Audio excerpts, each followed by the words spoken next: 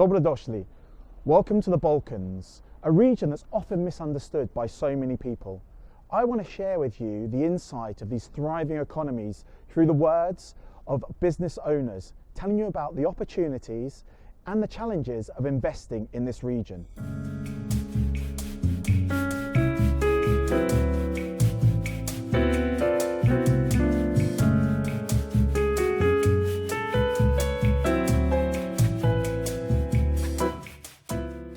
Dobrodošli. Welcome to Belgrade and the heart of the city here in Invraća. Today I'm joined by Ivan Nikolic as we talk about his beautiful wine shop, The Wine Spot. Thank you for joining me. Nice to have you here, Pete. So Ivan, just tell us a little bit about how you got into your passion for wine. Oh, that's kind of history, Pete, to be honest with you. I'm from little legs, I had love for the wines. Every time when we have the barbecue outside or maybe, some other big party, I always run to drink the wines, never beer, never vodka.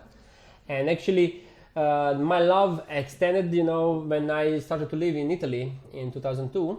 And there I actually, find my love, my passion, my life, it's the wine.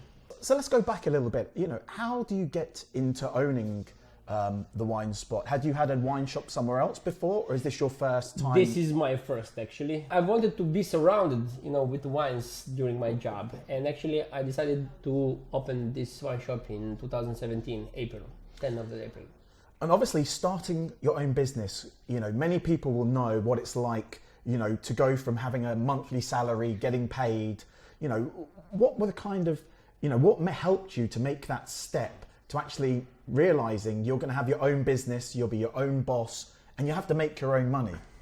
First of all, Pete, actually you need to have courage. You need to have a decision to make that pass forward, to make that step. Because from the regular salary at the end of the month from your employer, now you're going to pay yourself. And believe me, I don't know if you know or no, but I think that that the first 3 or 4 months you're not gonna give to yourself nothing, Actually, you're gonna add a little bit more to your company every single month to expand, to make the publicity, to 2 3 years always, hard, always be in touch with the communication with the people, to see what they want.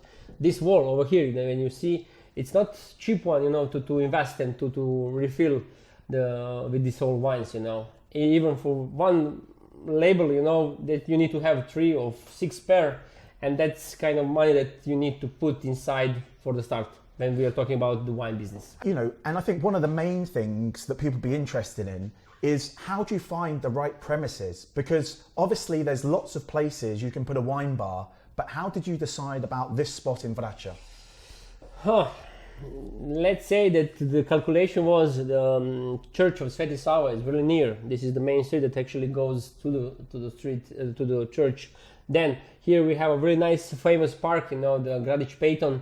And this is the center of the city where, let's say, kind of a little bit richer people lives, And my opinion was, okay, I would like to have here this shop, my wine bar, okay, that actually can be, good for everybody. Which I think is great. That personal touch that so many businesses have moved away from, that, a lot of people start to buy online. But I think something, that obviously both of us are quite clearly passionate about wine. You're not going to get that from a review and someone's actual passion than actually tasting it. It's not like buying a pair of shoes or a jumper. The bottled wine is always kind of expensive.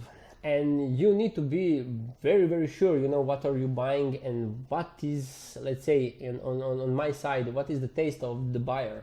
I need to ask them a couple of different questions, to see what he likes, what he wants to drink, what is the occasion, what they have for the dinner, and etc., etc. Today, you don't have a lot of, people that actually can do this kind of job that I'm doing, It's pretty much a sommelier kind of thing, that you need to do. You need to know all these bottles. You need to know what is inside. You need to know what every single bottle is in certain vintage and what is the exploring, of the evolving of the wines, inside. And because of that, that is my personal touch. They don't really know Serbia and doing business here. So what are some of the challenges of running a business here? You know, thinking about tax, you know, the business environment, competition. What would you say were the main challenges of doing business in Serbia? A lot of them, actually. You already said all of them. Taxes are the most important thing, you know, because in the end of the month you need to pay it.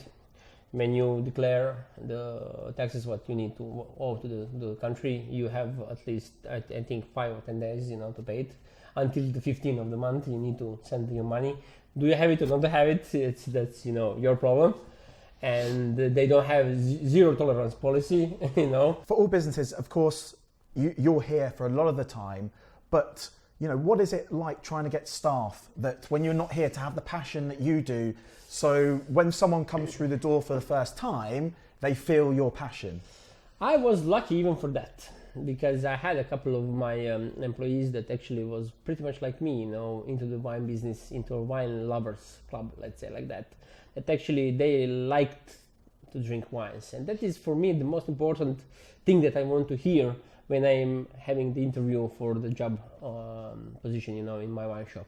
That actually I don't want to have somebody that actually not want to drink the wines, you know, because believe me or not, every single day here we are tasting something, we are trying something, we have some examples, some tasters, some other, you know, bottles opened before, you know, day after, day before, and if that person, you know, don't drink the wine and work for me, it's not gonna do it, you know. It's the people that come here to buy the wine, they need to feel that vibration, that passion that comes from the person, you know, that actually that person like wine. And that passion, I'm making the assumption, gets you the repeat buyers, because it's great to have someone walk past the door, but I think most important in a neighborhood like this is to have those repeat buyers who live here. I'm actually living from the repeated buyers, you know, from my regular customers. Believe it or not, I'm not living from the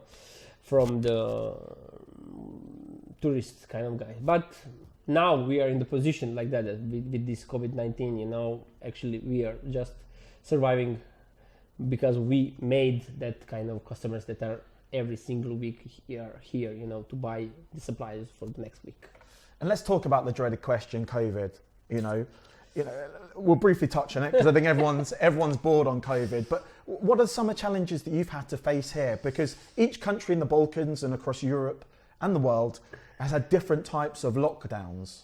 And how have you adapted the business? Let's say, Pete, that actually for the first lockdown, we were pretty lucky, to be honest with you, because the lockdown was that actually you cannot go out of the home, you know, and that's made us brought us a bigger business, you know, to be honest with you, because a lot of people, you know, they stayed at home, and what to do at home? Open the bottle of wine, you know, and that was good for us. We struggled a little bit later, you know, in June and July we struggled a little bit more because the people was free.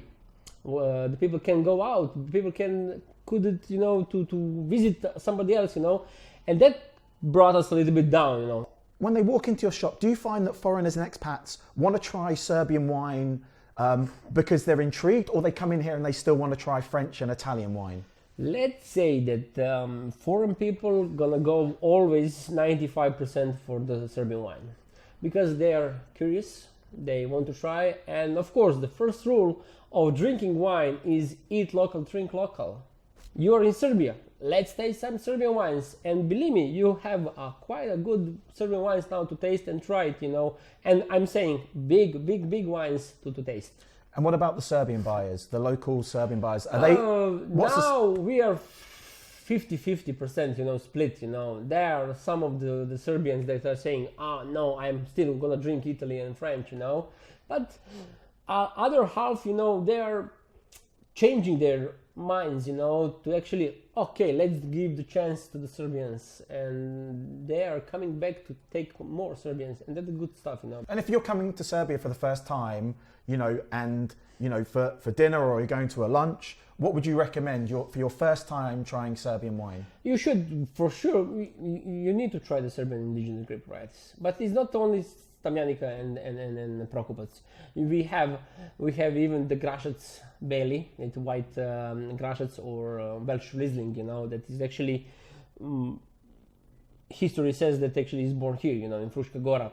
Then you have Probus, that is a red grape variety, that is newborn grape variety made with a crossing of Cabernet Sauvignon with a Kadarka. Then, of course, Kadarka, that is all grape variety. It comes ancient times saying that it's come from the Turkey, But we had a lot of different nice grape varieties that tried white and reds that actually are pretty awesome. So if someone walks through the door, first time in Serbia, they say to you, really like to try one of your wines. It's daytime, they're coming in at 4 o'clock. Which one would you? For sure, I would like to recommend the first white. It's going to be Morava. A really interesting grape variety that is again made in the crossing of 3-4 different grape varieties. The main one was Riesling, German Riesling. And my kind of maybe favorite grape variety in white terms that is actually really nice for the start. An aperitif kind of wine, round, rich, fruity, flowery, perfect starter. And tell us some of yours. What is your favorite? Oh, my favorite from Serbia or from other Both. part of the world? Both.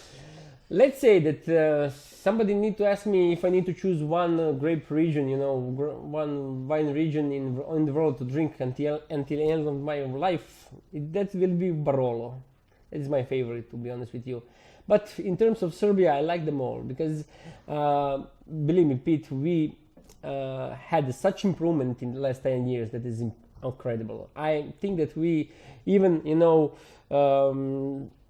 step up, with the Croatia. Now I think that we have a really pretty much better wines, and we are pretty near to achieve the moment even with Slovenia because they have a more tradition than us. But I think in next 10 to 15 years we're going to rule the whole Balkan. Ivan, thank you very much for your time today. I just wonder, just finish off on, anyone who's thinking about investing here in the Balkans, what would be your key takeaway that they should have about the opportunity or the challenges that they face here? I think that first of all, we are really friendly people, and I think that you know that really much, and I think that the people in Balkan are not too cold, like the other parts of the world, and I think that the most important thing that for the investors here, I know that they need to have these Excel tables to see the opportunities, where to invest, what to do, where to put the money, because until the end, is their money where to put, But I think that we have here a lot of opportunities because of this friendliness, and with this, how nightlife is here, Of course. how is, everything. You still here, you still have, that the neighbors goes each other to drink coffee at the flats, and that kind of things is, I think, lost in other, countries all around the globe. And I think that our main quality is that we are really open up for everybody here in Serbia. Thank you for your time today. Appreciate it. It's a pleasure to be here.